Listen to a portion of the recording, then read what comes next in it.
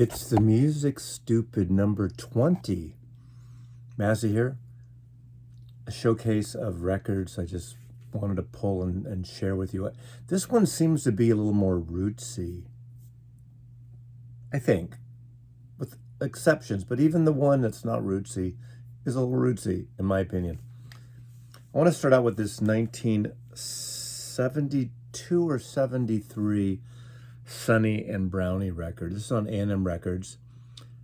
This was sort of I want to say rebirth, but it's not like they were dead or anything. But Sonny Terry and Brownie McGee, this great country folk bluesy duo that did some amazing albums going back to the 10-inch period, Get On Board in the last year or so. Taj Mahal and Ry Cooder and Joaquin Cooder did that amazing sort of recreation of songs of Sonny Terry and Brownie McGee. Acoustic guitar, harmonica, singing, blues bass, but the country blues. So one of my favorite country blues artists is Josh White.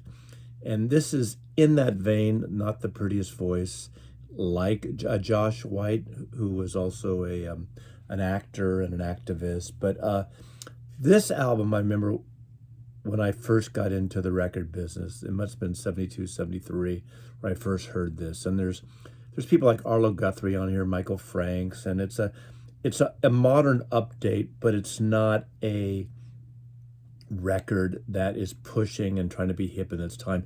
But it's definitely a time of the singer-songwriter period of the 1970s, the early 1970s, and it's fantastic. It's got a little more groove in a way than their old bluesy thing, so it's more produced. But it's a fantastic record. They do open up with Curtis Mayfield's song People Get Ready, but it's an upbeat version, again, with really great vocals. There's a little bit of a boogie thing to it as well, in a soulful country boogie. They do a wonderful version of Randy Newman's Sail Away about the slave trade, and obviously who else? I mean, this is a great version of it, very different than Randy Newman's. There's some gospel soul, gospel blues on here, but again, on A&M Records, this is them at the end of their career in a way. But this is a fantastic record, and if you like country blues, Americana, I mean, how American, you can't get even more American than the blues in this type of record here, but fantastic record on A&M Records.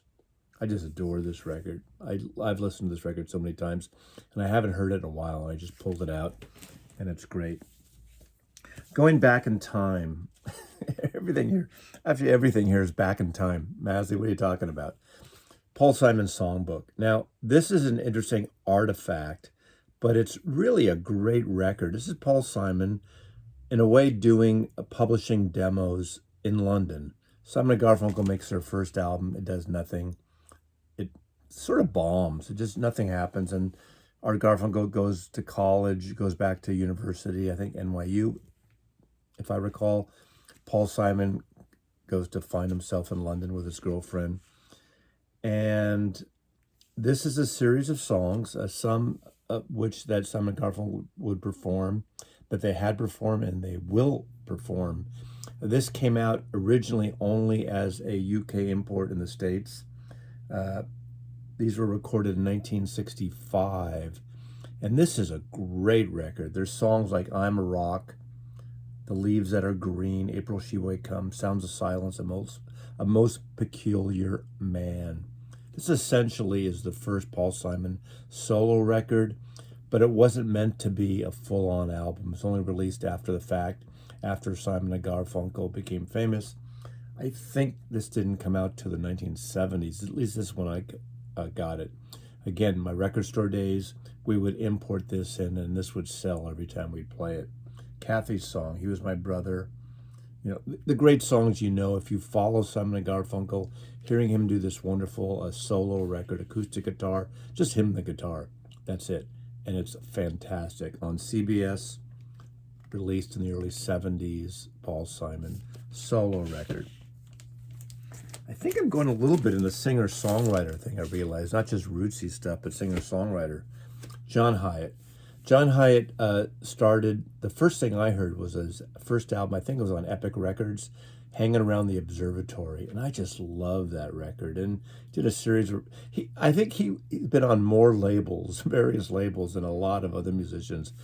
But John Hiatt is one of the premier songwriters to this day, and most people know his songs over his own albums. Crazy Little Thing, Bonnie Raitt had a huge hit. Love that. But all in all, whatever you say, from his first albums, produced things as singer-songwriter, to his records, Little Village with Ry Cooder and Nick Lowe and Jim Keltner. This is basically where the genesis of that.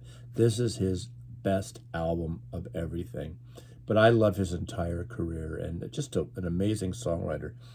For a very short time, he lived in San Francisco up by our store, and he used to come in our store. This was a time when he wasn't well known. Of course, we knew him from those Epic records.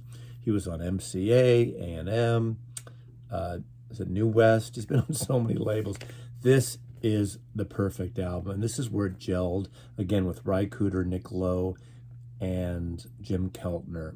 And I did see Little River, not Little River, it's Little River Band, Little Village. And unfortunately, the Little Village album, which is essentially this same band, is nowhere near as good as this album, but they were great live. Saw them at the old Waldorf in San Francisco.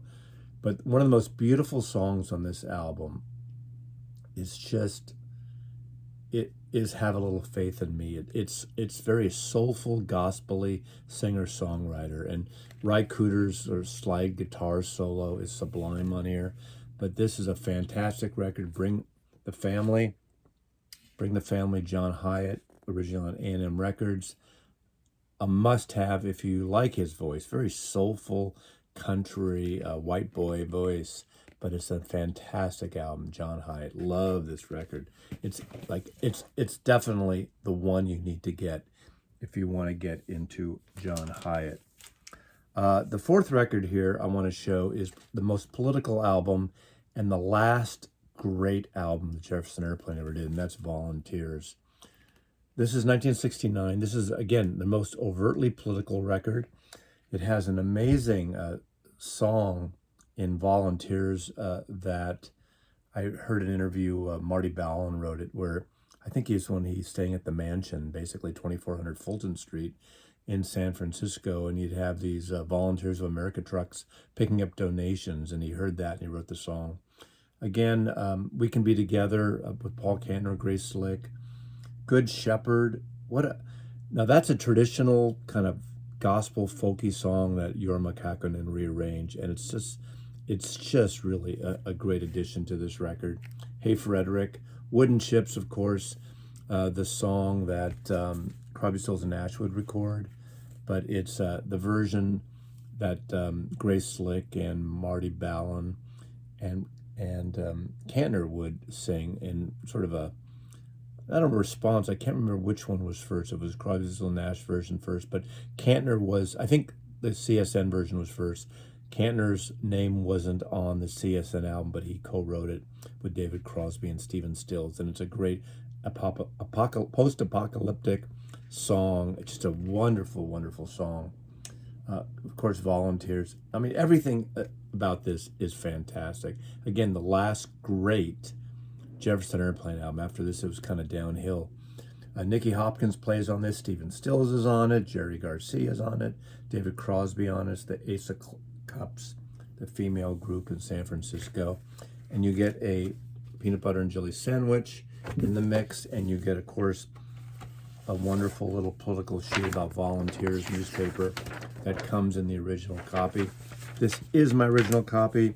Cover photograph by Jim Morrison. Love this record. Volunteers of America. One generation got old, one generation got soul. Or Volunteers of America. Volunteers of America. And lastly, I think one of the best artists of the last quarter century, one of the best original artists that I buy everything, and that's Beck. And this album is a gem in Beck's collection. I mean, he'll do hip hop, he'll do funky stuff. He sounds like Prince sometimes. He has his own thing. He's got the morning phase, the kind of ambient, melodic, moody things, influenced by Serge Gainsbourg, which is the album? Sea Changes, I guess. This record, if you like 60s and early 70s rock and roll pop music, this record, Mutations, is a favorite of mine. And this is probably those of you who haven't got into Beck and want, if you like the Kinks, if you like David Bowie, early 70s David Bowie, if you like that glam thing, that kind of British sound, this is all in. There's an acoustic folk-based surrealism in this record. The songwriting is fantastic. You know, some of them are a little country-esque, but like when Ray Davis goes country with Muswell Hillbillies, but more the late 60s version of the Kinks. Beck Mutations, this is a perfect album. Very poppy in that British sounds. He sounds like a British artist in this album. So I'm ending up with a fabulous, wonderful, amazing, probably not the big hit-making Beck. Did he have hits? I mean, he had big albums, obviously. Won a Grammy for Morning Phase. Is that the one when Kanye almost punched him out on stage? But anyway, fantastic record.